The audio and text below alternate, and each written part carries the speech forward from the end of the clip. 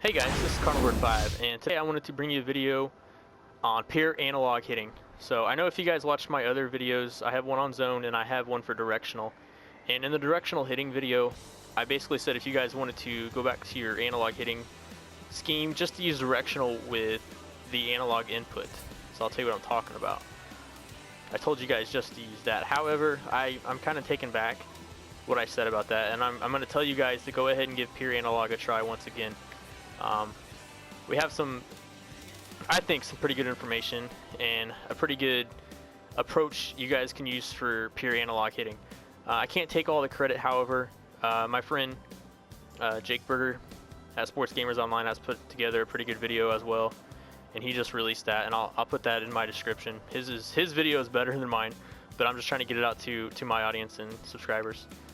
I've also had a few of my friends that have just been really big on the pure analog, and they've been disappointed there's no stride. So hopefully those guys out there, and to all you guys that missed the stride, hopefully this video will kind of give you motivation to try out pure analog hitting again and give it a second chance, because it actually feels pretty smooth when using it and knowing the information that I'm about to share with you guys. So I went into practice mode. I got Joey Votto facing Michael Wacha, and I'm going to do the back control. Alright, so before we even start this, I just want to make sure you guys understand fully. You got to go to pure analog, and all these options are locked. Okay, so it don't even matter what you have them on, they're locked. Alright, now, in contrast to what the manual says, it's more than just flicking the analog straight up. You guys actually move it to the inside and outside, similar to previous years with how the pure analog mechanism worked. And I don't know what is this back control?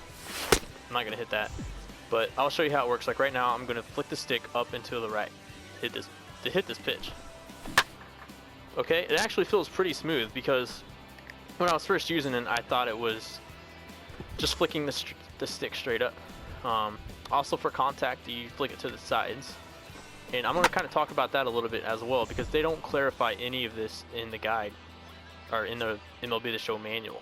So this is a lot of good information. So I'm just kind of showing you how it works right here. Now we're going up the middle, you just flick it straight up. So I'm going to show you how. Ooh, I missed this. How you actually need to be using this interface to get good results, and then I'll try to give you guys some tips, some pointers, and try to show you a few approaches you can use online or in your franchise mode or whatever it may be. So right now, again, I'm going to flick it up and to the right.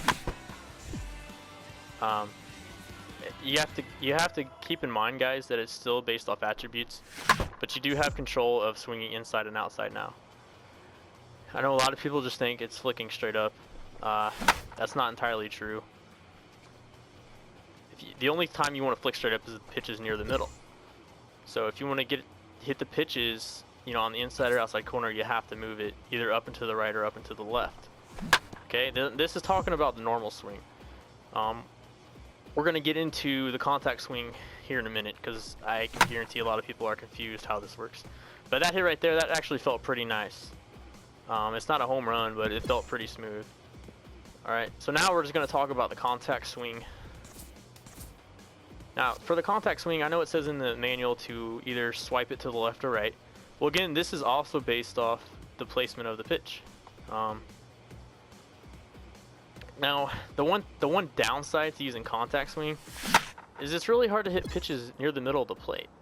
So I'm going to try to use contact the entire time and show you what I'm talking about. Like right now, I'm just going to flick it straight inside, or straight to the right. Now, like right now, I'm going to show you. I'm going to flick straight to the left, or to the left. See? You guys see where my feedback is at? And you guys want to make sure you're checking your feedback after every swing and every pitch. So again, we're going to swipe it to the left. And you guys see how the contact swing, I can get the PCI all the way to the sides. I was just late there. So essentially, this isn't like your contact swing with zone. That's what's really weird about it. So if you guys want to hit a pitch in the middle, you can't really use the contact swing.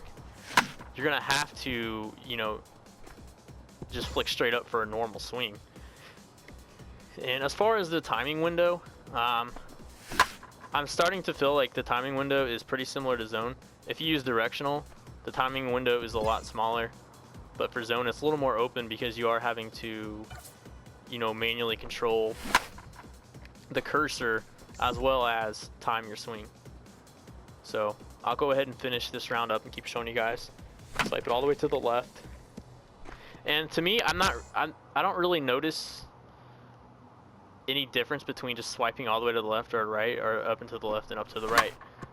That's yet to be determined if there's a main difference between contact and normal swing. But even if there is a difference, I'm going to say it's subtle. And you can probably get away with just using contact swing if the pitch is inside or outside, because contact swing is fairly effective in the first place, especially the past few years. So that's contact swing in a nutshell. So if the pitch is inside, you guys might just want to flick all the way into the left or up into the left. The one advantage I'm finding with pure analog over like directional or even zone is that you hit the high pitches with a lot more success. On the flip side of that, I'm finding it more difficult to hit the pitches lower in the strike zone. So if you're noticing your opponent, or you might think they're using pure analog, my biggest tip to pitching to them is to keep the ball down like it's actual baseball, and they're gonna have a hard time hitting that. The zone guys aren't gonna struggle at all hitting the low pitches. So now we're gonna talk about the power swing. We're gonna move on here. The power swing is pretty similar to how pure analog has been in the past. However, there is no, your player is not striding. You visually can't see it, but the mechanic is the same.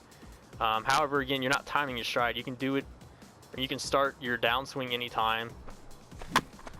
If you want, you could try to get in sync with when your player actually strides. So that might kind of bring the feel to pure analog back. Now, as far as executing, you can go straight up, like we talked about with normal swing, or you can go up and to the left or up and to the right. So like right here, ooh, I messed up bad there. Yeah, let me get one here. So I'm gonna go up and to the right with a power swing. I'm gonna pull down like I was striding in the past, and then boom.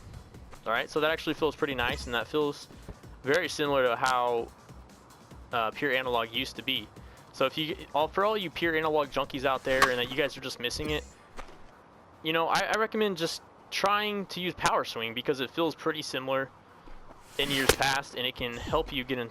Like I was awful there, but it can help you get your timing and rhythm back together if you just pretend the stride is there, or if you want to sync up the stride with your actual batter. So that might help you guys, and that might, you know, bring the feel back. Overall, this is a better hitting mechanic than I initially thought it to be. I would definitely recommend using pure analog over all the other analog options. You could use zone in the analog input or the directional analog input. So I recommend giving this one a second try. As far as approaches, let's go into normal batting practice. We'll just do the Goethe Bat. Now this approach it's going to be similar to how, you know, to what I told you guys with zone and directional, and it's going to be similar to how you guys hit in the past. So like you always want to be able to hit that inside fastball right away. So I would cheat the your right thumb to the high and in fastball every pitch, and then adjust from there. So that's what we're going to be looking for here. See, I just missed it. I mean, I'm not very good with analog. I should just put that out there. But I mean, that's how I would approach it. Okay. I mean, it's still going to take a little bit of getting used to. But I believe, knowing this information, I believe it's going to, look right there, I stayed back on that.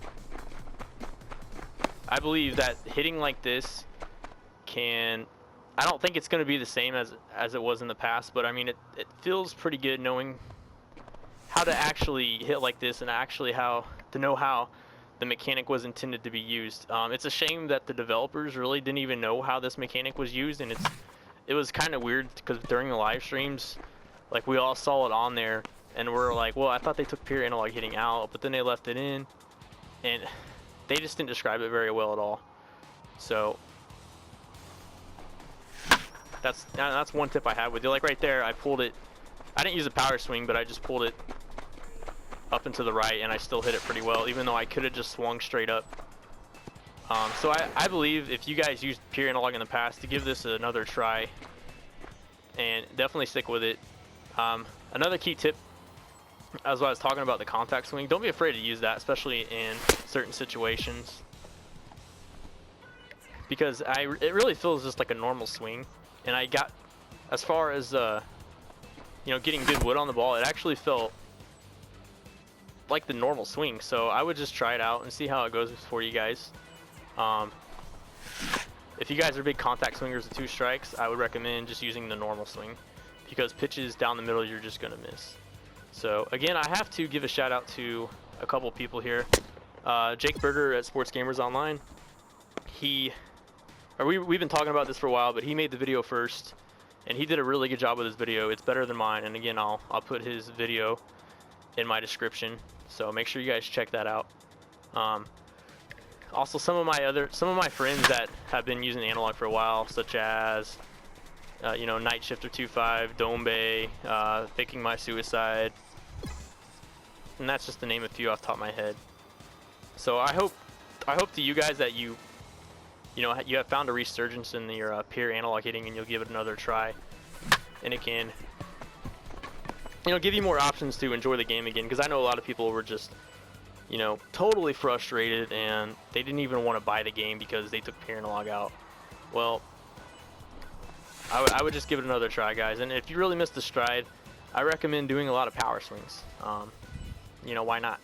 It's gonna feel the most like pure analog in the past, and if you get it in sync with how your player is striding, it's gonna feel just like the stride in the past. So I know it's not perfect, guys, but that's gonna be pretty much it for the video. I hope you guys learned a few things. Again, make sure you guys check out the article when it comes out. Be sure to check out Jake's video and his article as well at Sports Gamers Online. And this is going to be Cardinal Bird 5 signing out, guys. Thank you.